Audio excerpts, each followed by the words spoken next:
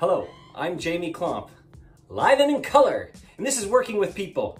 No, not the podcast today, the YouTube channel.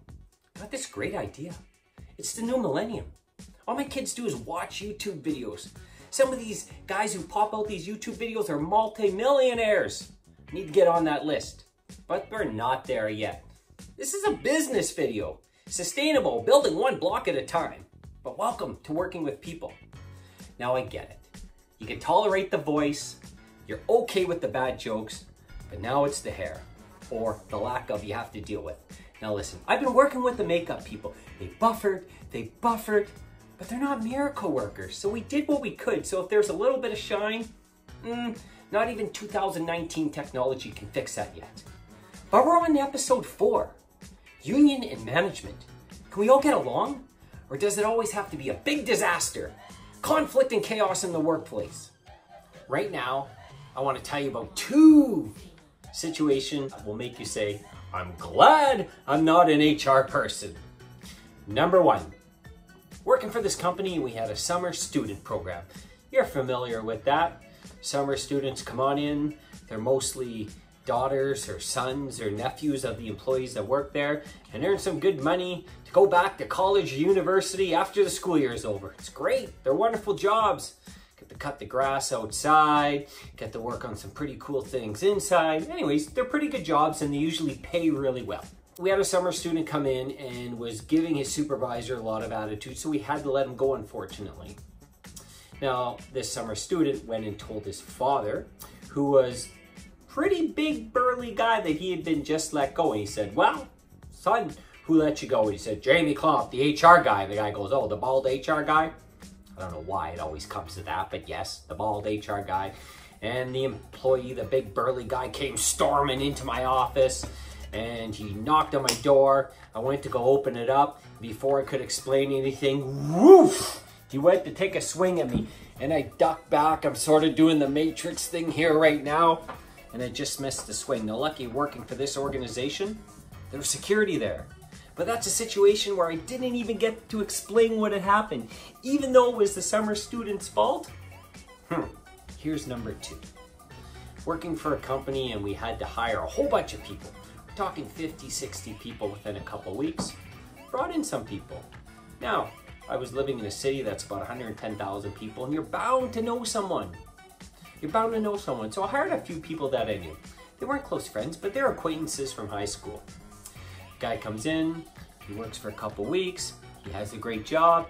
All of a sudden he starts posing all types of issues to the trainer, so we had to let him go. We had to let him go. The meeting went okay. He went on his way. Later that same evening, I'm out for dinner with my parents. Nice establishment.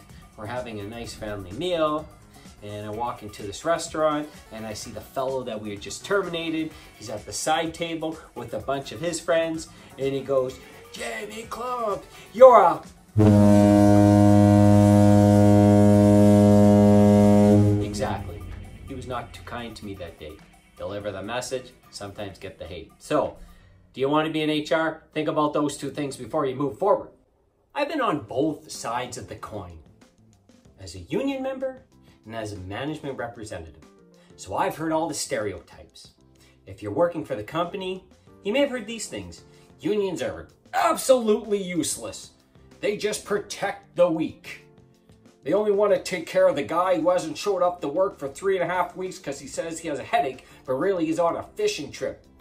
They only care about the people leaving and their pensions, not about the new people. They should just get rid of all unions.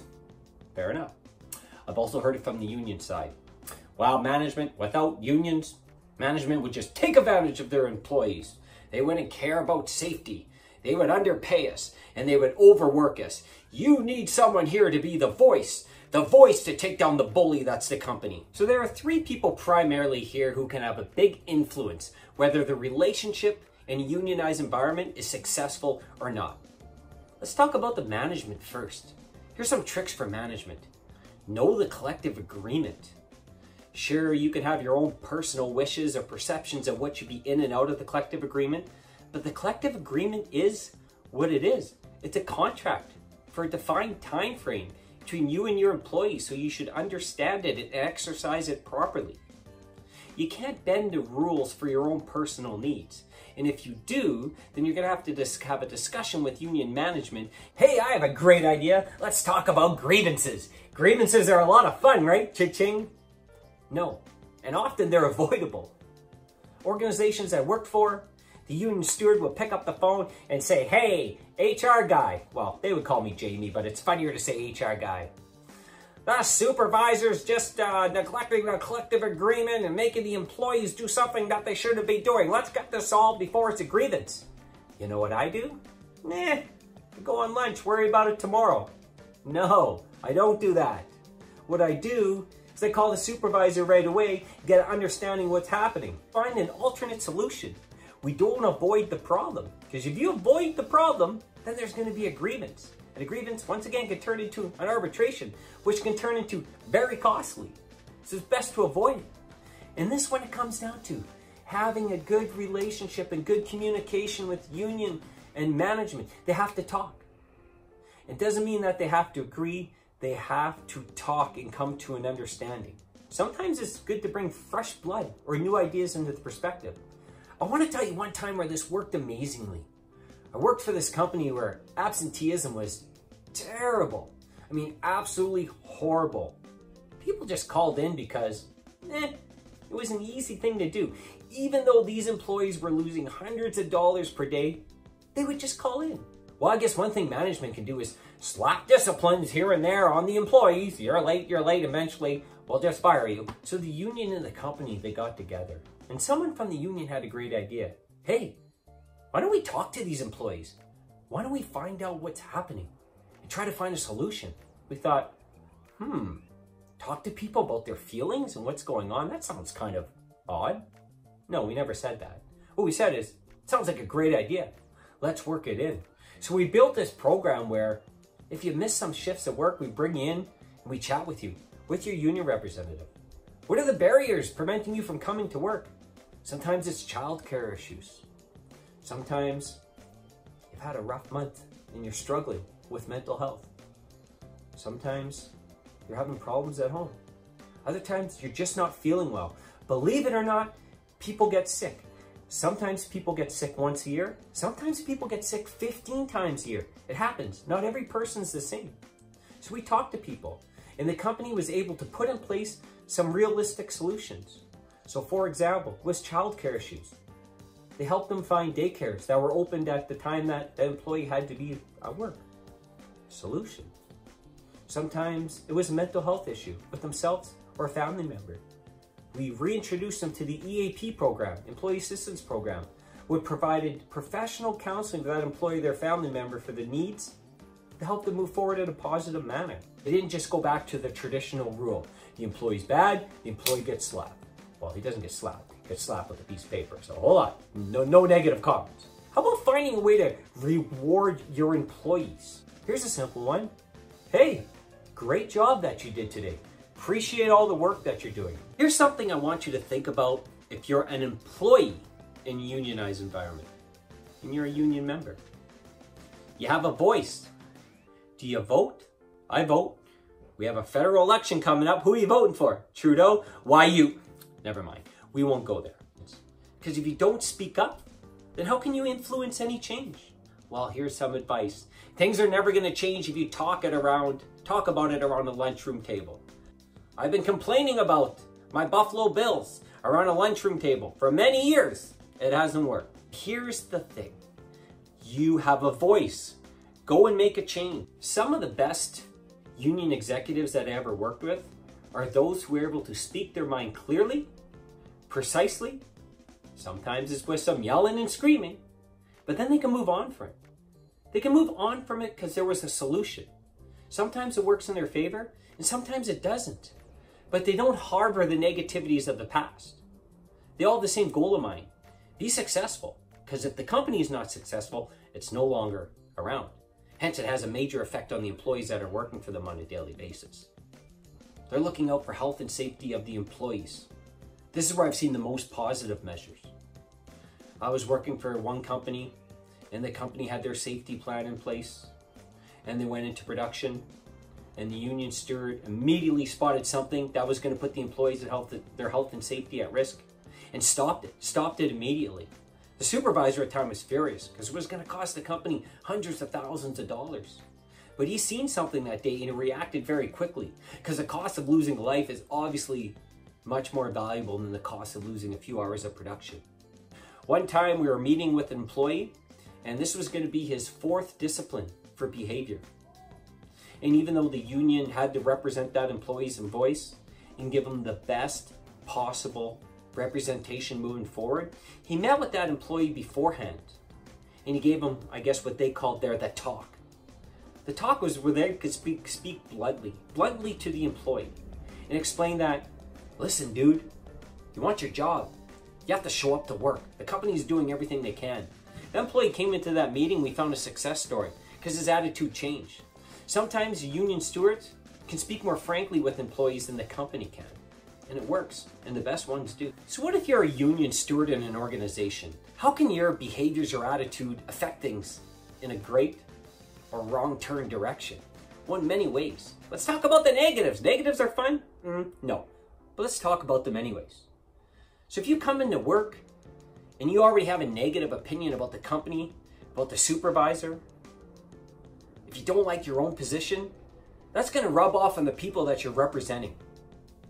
The company may be in good faith meeting with you to discuss a concern about an employee, but if you already have negative perceptions coming in, your mind's not going to be open to negotiation and finding a proper process to move forward. Separate your personal feelings from your business feelings. You have to know your employees. Not everyone's a perfect employee. Majority of people are good employees, but you're going to have the people that are at this end that don't do so well and the people at this end that are excellent.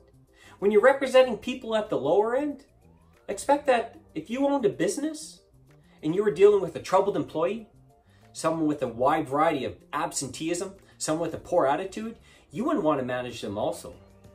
So the thing isn't to just protect them.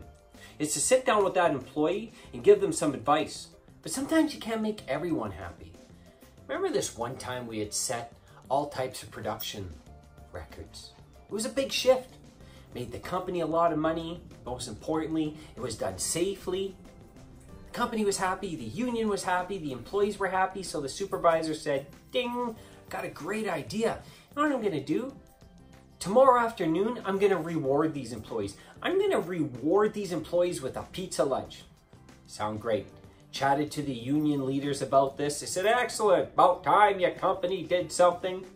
Okay, but still, we were doing something. Comes in, the employees are sitting around the lunchroom, they're about to open up their lunches, and boom! In comes the Domino's pizza. I think it was Domino's. Well, I say Domino's because it's my favorite, but it could have been anything. So the pizza comes in and one employee stands up, what is going on here? And the supervisor says, you guys had a great shift yesterday, just wanted to reward you. This is not right. Okay, the supervisor said, he goes, what's wrong with it? Well, you did not tell me we were having pizza today. Well, the supervisor responded, well, it was a surprise. Sometimes surprises are nice. Well, I don't like that surprise. My wife spent all night making me a lunch. I took a look at the lunch. It was a peanut butter sandwich, but okay, all night. Sometimes it takes long for people. But he was upset.